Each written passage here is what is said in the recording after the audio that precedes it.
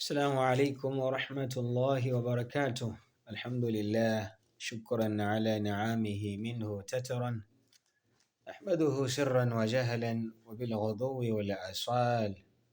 يقول الله سبحانه وتعالى: رب إني لما أنزلت إلي من خير فقير. صدق الله العظيم. Ikhwanu fillah, leo sina maneno mengi, nataka tuelekezane aya moja ambayo aya hii ina faida nyingi sana. Ni aya ambayo ina maajabu sana katika masala ya kimaisha ya utafutaji wa riziki na harakati nyingine. Wallahi, hii aya nitakayoisoma hapa, nitakayoitaja, kama utakithirisha kuifanya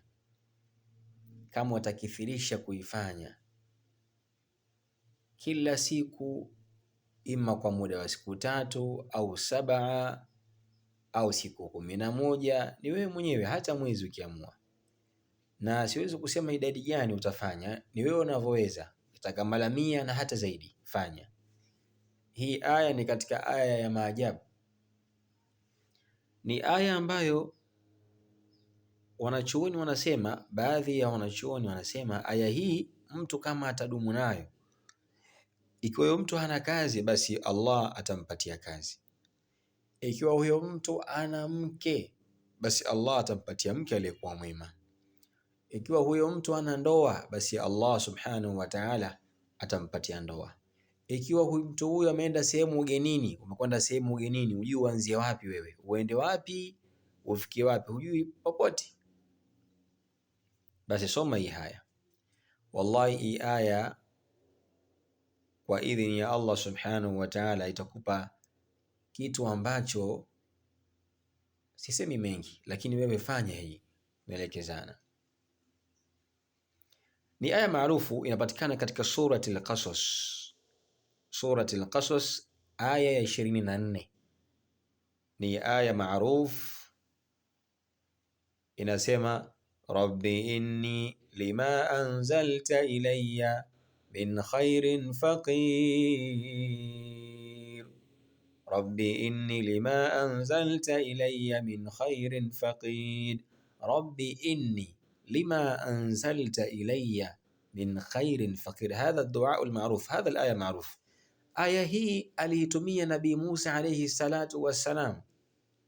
Musa alipotoka ndani ya mji wa Misri, alipokimbia mji wa Misri kwa kosa la kuua mtu kwa bahati mbaya, lakini akakimbia kuelekea Madian.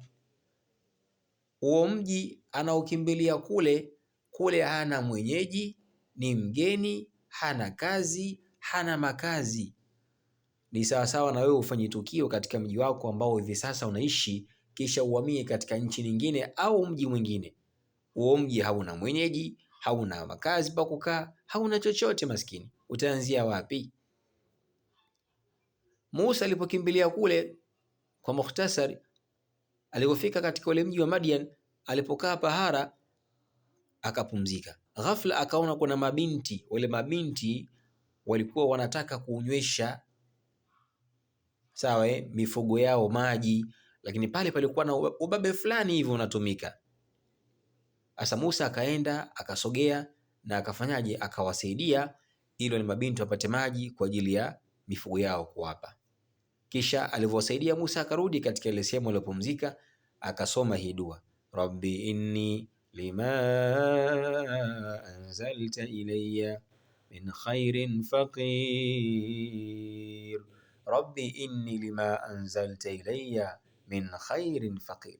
Basi kwa dua hii aliyosoma ndio ikawa sababu ya kupata kwanza makazi, sehemu ya kufikia, na sivyo hivyo akapata na kazi. Kwanza akapata makazi ya kufikia, pili akapata na kazi ya kufanya, tatu na akapata na mke. Wajazakumullahu khairan. Fanya ndugu yangu, si dharau, alafu utakuja kunipa majibu.